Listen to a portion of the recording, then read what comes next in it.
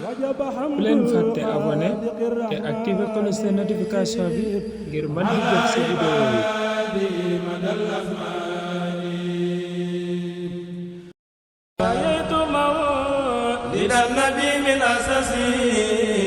Bismillah, barke borom Tuuba. Asalaamaaleykum wa rahmatullahi taala wa barakatuhu. ñoo ngi leen di nuyu di leen ziar di leen baalu ak di leen baal ak di ñaan suñu borom bu boole ñu jéggal di ñaanal Cheikh Mouhamadul Muntaxa mu yàgg loo daanu wér. ñu fas yéene door ak yéen ci yóbbalu gàmm. ñoo ngi ci weeru màgg, weeru sell di weeru gën gi mbindeef Muhammad sallallahu alayhi wa sallam.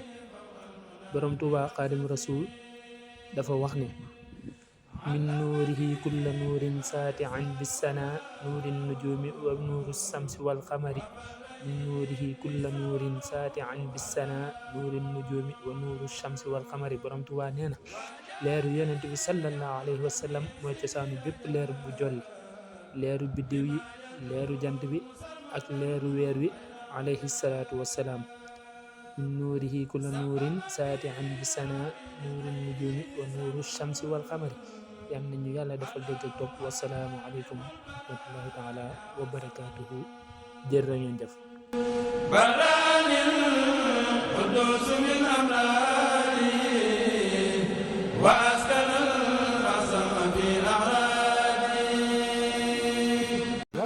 bu leen fàtte abonné te activé cloche de notification bi ngir mën di jot ci vidéo yi.